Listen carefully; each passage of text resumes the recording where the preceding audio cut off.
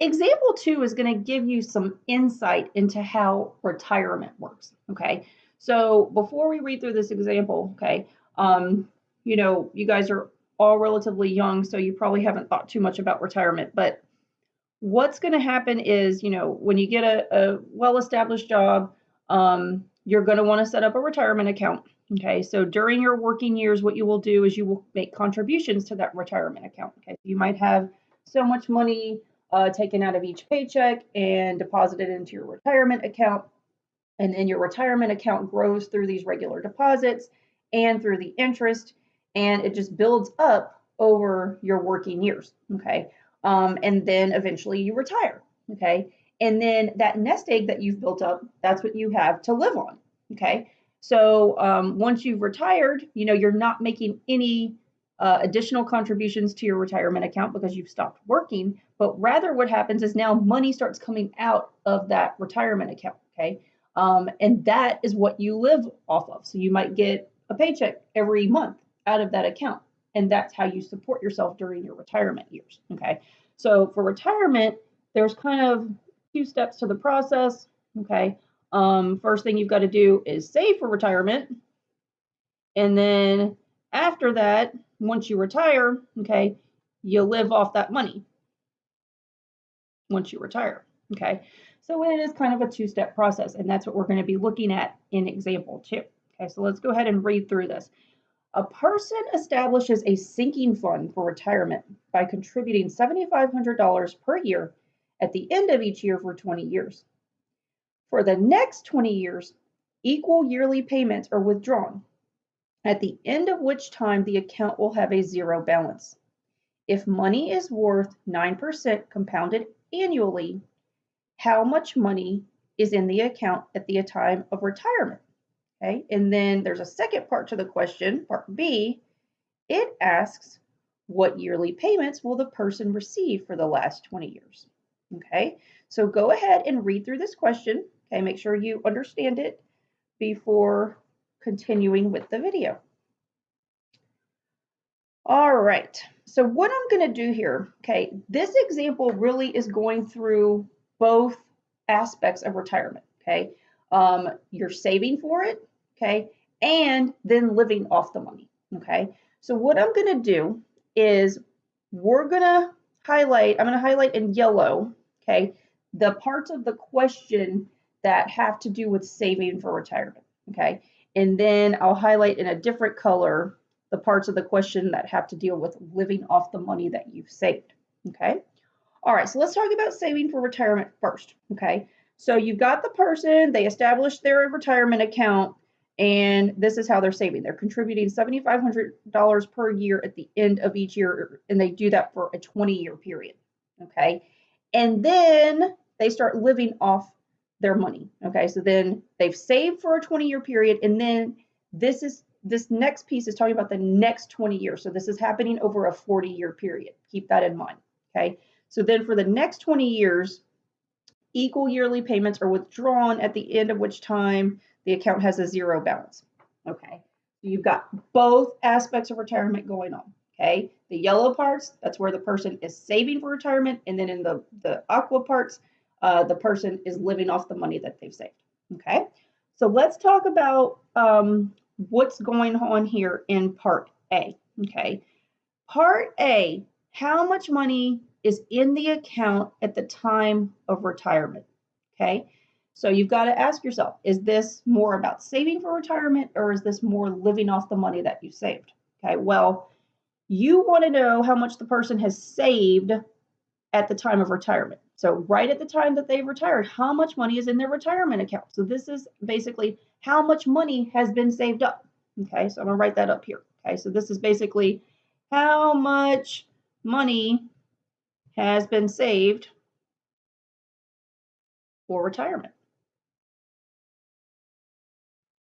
Okay, all right, so let's talk about how they save for retirement. Okay, so this person made $7,500 contributions every year at the end of each year, and they did this for a 20-year period, okay? And the money earned interest. So the retirement account grew through the regular deposits and through the interest. We know that the money or 9% interest compounded annually. Okay, so we see that at the end of the statement. Okay, so what's going on here? Okay, the person is saving money through regular deposits, and I'll even put here through regular $7,500 deposits per year. Okay, and there's no withdrawals. Okay, so when you look at it from that aspect, that this person is saving money through regular deposits with no withdrawals, what formula does that look like? Okay, so if you go back to your formula sheet, look what it is. Okay, it's the future value of an annuity. Okay, saving money, no withdrawals, and the saving money is happening through regular deposits into your savings account, which is your retirement account here. Okay, so this first part, because money is being saved through regular deposits, we need to use the future value of an annuity formula. Okay, so I'm going to go ahead and write this formula down. Okay, so it's going to be this formula. Okay, all right, so we get practice of working with this formula again. All right, so let's talk about what we're looking for and what we're given. Okay, let's see here. Make sure this all fits here. Okay, so let's see. Let's do the obvious stuff first. R is the interest rate. Okay, so the interest is growing at 9%, so convert that to a decimal. Okay, the person is making yearly contributions to the retirement account. So remember, the timing of the contributions coincides with how often the interest is being compounded on the account. Okay, so everything's happening annually, so M will be 1 here. The number of years that the money is saved. Remember, this entire problem is happening over a 40-year period, but the person spends the first 20 years saving for retirement. So time is going to be 20 in this case. Okay, that leaves us with A and P. Okay, so we got to figure out which one do we know and which one do we want to find out. Okay, so remember, A is the account balance, P is the amount of each regular deposit. Okay, we know the regular deposits. The person is putting in $7,500 every year. Okay, so that's the amount of each regular deposit. We're trying to figure out the account balance. Okay, when it comes time to retire, how much is in this retirement account? Okay, all right, so let's go ahead and plug everything in. Okay, and then we can go to our calculator and figure out how much this person managed to save for retirement. Okay, so let me just go ahead and plug everything in. All right, so here you go. And let's go plug this into the calculator. Okay. All right, so again, when you're working with this formula, remember you want to start inputting it into the calculator with the stuff in brackets, okay, because that's the most complicated part of this formula, okay? And then out of the numerator and denominator, we're going to input the numerator first, get that value, divide by the entire denominator, and then multiply by the number out front, which is 7,500. Okay, let's go see how much was saved. All right, so I'm going to start in the numerator. So I'm going to open my parentheses. Okay, so we're going to have 1 plus R divided by M. Okay, close parentheses. Raise this to the 1 times 20 power. Okay, you could do that in your head if you want. Okay, come out of the exponent to subtract the 1. Okay, so here's the numerator. Okay, we need to take that quantity, all digits included, divide by the entire denominator. So hit the division key. Okay, you can do R over M in your head here, but if you didn't, make sure you put the whole thing in parentheses or it won't come out correctly. Okay, this is the quantity that is in brackets. Okay, and now we need to take that number and multiply by 7,500. Okay, this is going to be the account balance. Okay, when it comes time for the person to retire. Okay, this is going to be dollars and cents. Okay, so we are going to have to round appropriately. Okay, so I'm going to go ahead and I'm going to write down what came out of the calculator, and then we will round. Okay, all right, so we've got 89 cents here. Okay, there is a 7 that comes after, so we need to go ahead and bump this up. Okay, so at the time of retirement, there is $383,700.90 in this retirement account. Okay, so That is the first phase of retirement, okay, where the person has built up their nest egg and now it's time to retire, okay? And this is the amount of money they have to live on. All right, so if we move on to part B, okay, part B asks us what yearly payments will the person receive for the last 20 years, okay? So in this part, the person is living off of their nest egg, okay? So they're living off of the money that they have saved, okay? So what's going to happen here, okay? The person has retired, okay? So they are no longer contributing $7,500 a year to save for retirement, okay? They've retired, okay? There's no more money to contribute, okay? They've saved up $383,700.90, and now it's time to live off of this money, okay? So they are going to receive yearly payments from this nest egg, okay? So what's happening here, okay, again, they're going to be receiving yearly payments, regular payments, okay? So an annuity, regular payments, an annuity is being paid out, okay? So since the annuity is being paid out, okay, that is going to be the present value of an annuity formula because your annuity is being paid out. The person is now receiving regular payments from this nest egg, okay? So I'm going to go ahead and write down the present value of an annuity formula. That is what we're going to use here, okay?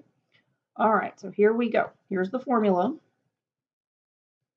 Don't forget the negative exponent, okay? Let's talk about what we're looking for in the values of the variables, okay? Again, we're going to start with the obvious ones, okay? The interest rate does not change. It is still 9%, okay? Why is there still an interest rate involved, you might ask, okay? You might think, okay, let's talk about this because this is important, okay?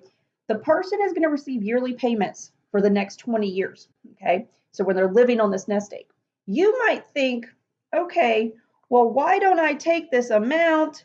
Why doesn't the person go and say, okay, there's $383,700.90 in my account, and I'm going to receive yearly payments for 20 years. So let me divide this by 20, and that's how much I'm going to receive. Okay? This is not how it works. Okay? The reason that it does not work this way is because, okay, this is an account. Okay? Every year, money comes out of this account and pays the person who retired. Okay? The money that is still in the account is still earning interest. So the balance of the account continues to earn interest. So that's why you can't just take the total amount and divide by the number of payments, okay? Because the money is still earning interest. That's why you still need an interest rate, okay? So then what else do we know, okay? The person is going to be paid yearly, okay? That coincides with yearly compounding of the interest on however much money is still in the account, okay? So M will still be 1, okay? The time is 20 years again, just like it was in part A, but keep in mind that this is a different 20-year period, okay? This was a total of 40 years. The first 20 years were spent saving, and the second 20-year period that we're talking about in part B is for living off the money that was saved initially, okay? All right, so those are the obvious things. So again, that leaves us with PV and P to talk about. One of those things we know, okay? The other thing we're solving for, okay? So when you look at this question, okay, it says, what payments would the person receive for the last 20 years? Okay, so every year they're going to get a payment out of this nest egg, okay? We want to know what that yearly payment is going to be, okay? If we consult our formula sheet again, okay, what did we write down about the difference between PV and P, okay? P is the amount of each regular payment to the recipient, okay? So the retiree is going to be receiving payments, these yearly payments. We're trying to figure out how much those yearly payments are, okay? What yearly payments will the person receive, okay? So we're actually trying to figure out what payments are. So we're looking for P here, okay? All right, so that means we should know what PV is, okay? Well, what is PV, okay? PV is the one lump sum that needs to be invested in order to pay out the annuity, okay? So the PV here, guess what it is, okay? It's the amount of the nest egg, okay?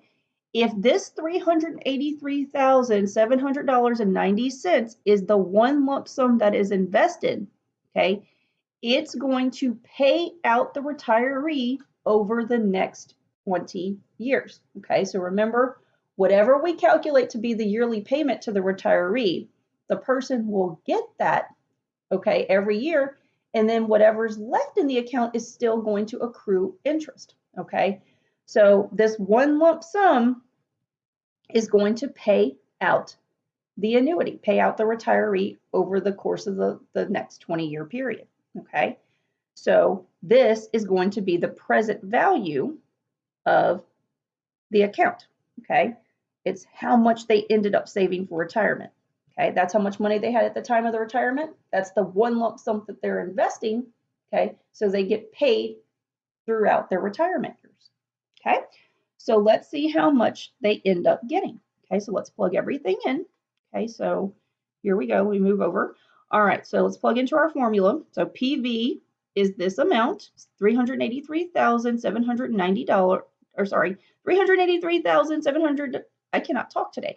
$383,700.90 is equal to, we're looking for P, okay, times 1 minus 1 plus the R value divided by 1 raised to the negative 1 times T, okay? All of that is divided by R over M. So this is how you would set it up, okay?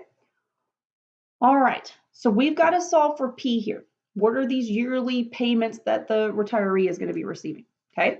So as far as putting this into the calculator, on the right side, the quantity in brackets, it's all numbers. So we're going to be able to punch it in and get a number to figure out what P is being multiplied by. Okay, so what we're going to do is go to the calculator and figure out what is in the brackets. Okay, so when you look at the quantity in brackets, again, the numerator is more complicated. We're going to start there. Okay, so let's go to the calculator and punch this in. Okay, so we're going to get 1 minus 1 plus 0.09 divided by 1 raised to the exponent needs to be negative 1 times 20. Okay, so there we go. That's the numerator. Okay, we've got to carry all the digits, divide by the denominator, which is R over M, put R over M in parentheses. Okay, this is going to give us the quantity in brackets. Okay, so this is what P is being multiplied by. Okay, we are going to have to carry all these digits. Okay, so I'm going to go back to my notes, and the right side is going to be P times this number, 9.128545669. Okay, on the left, we still have this value. Okay, all right, so now if we want P, okay, P is multiplied by this 9.12 blah, blah, blah number. Okay, so we're going to have to divide it off if we want P. All right. Okay, so whatever you do to one side, you have to do to the other. Okay, on the right side, what will happen is this decimal will cancel with this one, and it will leave us with P. Okay, so we just need to go to our calculator and punch this in. Okay, so we're going to have $383,700.90, and we're going to divide by this decimal right here. You need to carry all the digits. Okay, you can either type it in or you can do the second negative sign, okay, to bring up the previous answer. Okay, and then that will give us an amount. Okay, and this is how much the retiree will get yearly. Okay, so this is going to be a dollars and cents amount. Okay, so let me go ahead and write this down. Okay, so this is what comes out of the calculator. And then we'll talk about, does this make sense as an answer? Okay. All right, so dollars and cents, we've got to round to the nearest cent. Okay, so we've got 8 cents here, and there's a 1 that follows, so we need to keep it at 8 cents. Okay, so the yearly paycheck that the retiree will receive is $42,033.08. Okay, so this makes sense. This is a sensible answer. Okay, this is a reasonable number for a yearly salary. Okay, so again, this is a decent amount to live off of for a 1 year period. Okay, so they're going to get this paycheck, this amount in a paycheck every year for their 20 years in retirement. Okay, so this was a really, really useful example for you. Okay, you saw the whole spectrum of retirement. Okay, you saw how the person saved up for retirement, built up a nest egg, and then lived off of that nest egg so that they got, yearly payments in retirement out of that nest egg. Okay. So, very useful problem. Okay. And one more thing, I want to reiterate this one more time. Okay. Remember this nest egg that is built up. Okay. You do not take it and divide by the number of payments. Okay. When we did that a few minutes ago, we took the full amount that had been saved for retirement and we divided by 20 because there was going to be a payment every year for 20 years. And look what we got. Okay. Less than $20,000. Okay. And that is not what the person gets in retirement. They actually get over $42,000 a year. Okay. It doesn't work this way. Okay. This calculation does not work because you've got to remember that nest egg. Okay. Even though money's coming out of it in the retirement years, that nest egg, whatever is still in there, is still earning interest. Okay. So that's why the person is able to receive, over $42,000 a year in their retirement years. Okay. Very, very useful example. Okay. We're going to try another one.